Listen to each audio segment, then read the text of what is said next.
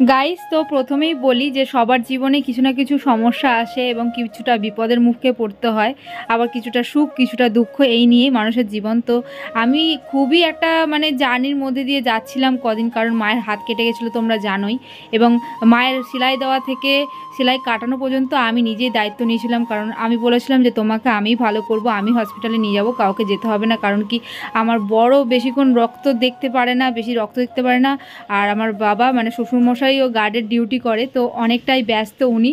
আর আমি চাই না বাড়ির মানুষরা গিয়ে গিয়ে করুক, আমি তো আছি মেয়ের মতো, তো আমি গিয়েই করব। তো মাকে আমি সেলাই কাটতে নিয়ে গেছিলাম, তো দেখতেই পাচ্ছ যে খুবই ক্ষতনতভাবেই কেটেছিল আঙুলটা, আর দেখে সত্যি খুব ভয় লাগছে।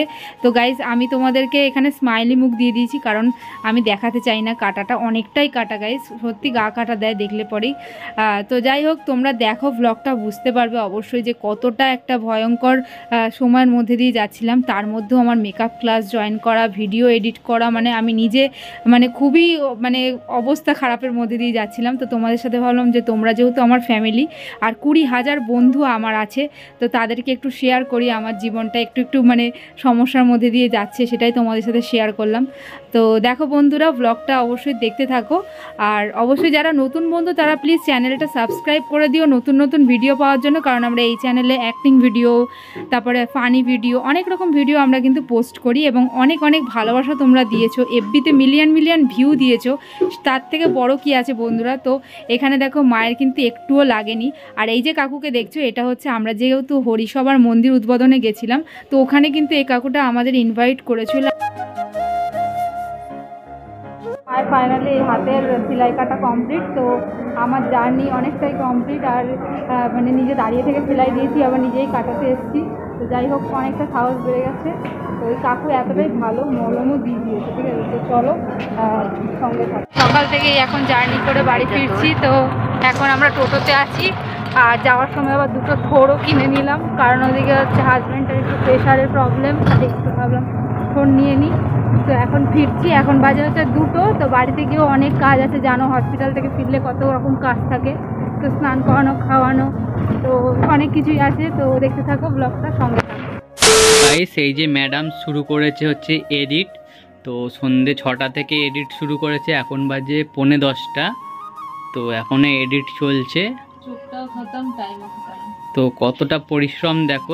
গাইস, এরকম বর কার আছে অবশ্যই কমেন্টে জানাবে। দেখো, আমি এডিট করছি বলে আমার বর কালকে রান্না একটু এগিয়ে দিচ্ছে, আমাকে এই সব কাটাকুটি করে দিচ্ছে, কারণ কালকে একটু যাওয়ার আছে, বাবার বাড়িতে যাব, কারণ অক্ষয় তৃতীয়া নিমন্ত্রণ দিয়েছে, সেহেতু যাব। আর সকালে যেহেতু বেরিয়ে যাব, তাই একটু মাকে গুছিয়ে দিয়ে যাব, কারণ মায়ের হাত কেটে গেছে, তোমরা সবাই জানো যারা ভিডিও দেখো। এই যে উচ্ছে আলু ভাজা কেটেছে, আর কি কেটেছিস? তো গাইস, সকালবেলায় তো মাকে সেলাই কাটিয়ে আনলো আঙ্গুলের, তারপরে 6টা থেকে বসে গেছে হচ্ছে হাত এডিট করতে। আমি ভাবলাম কালকে হয় সকাল সকাল আমরা বেরিয়ে যাব 9টার মধ্যেই ওদের বাড়িতে, কারণ ওদের দোকানে পুজো আছে, অক্ষয় তৃতীয়ার নিমন্ত্রণ করেছে। তো ভাবলাম ও সকালে উঠে রান্না করবে, তাই ভাবলাম একটুখানি কেটে দিই। দেখো, এখানে হচ্ছে উচ্ছে আলু ভাজা হবে, তো উচ্ছেগুলো কাটা চলছে।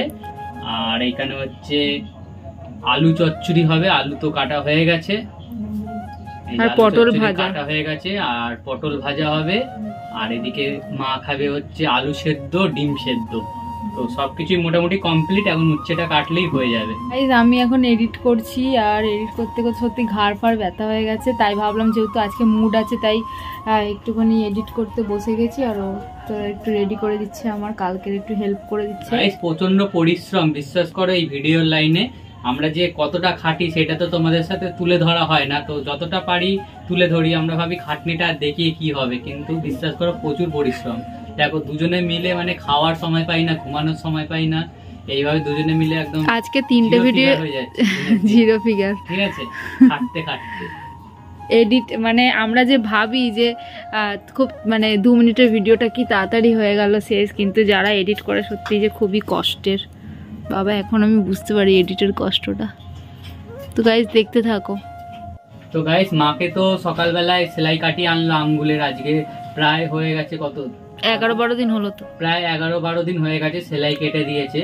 তাই ও এসে একটুখানি খাওয়া দাওয়া করে ঘুমিয়ে গেছিল, তো উঠলো 5টা নাগাদ উঠে চা ফা খেয়ে এখন এডিটে বসে গেছে। এখন বাজে 10টা বাজতে যাচ্ছে, 9:45। তো হচ্ছে এখন 12টা অবধি এডিট হবে, তাই ভাবলাম একটুখানি কেটে গুছিয়ে দিই, যতটা পারবো এগিয়ে দেবো। কালকে সকাল সকাল যতটা পারবে রান্না করে তারপরে যাবে মানে ওদের বাড়িতে। তো মা তো ব্যথা হাতে পারবে না, যতটা পারবো আমরা এগিয়ে দেওয়ার চেষ্টা করব, তাই কেটে দিচ্ছি।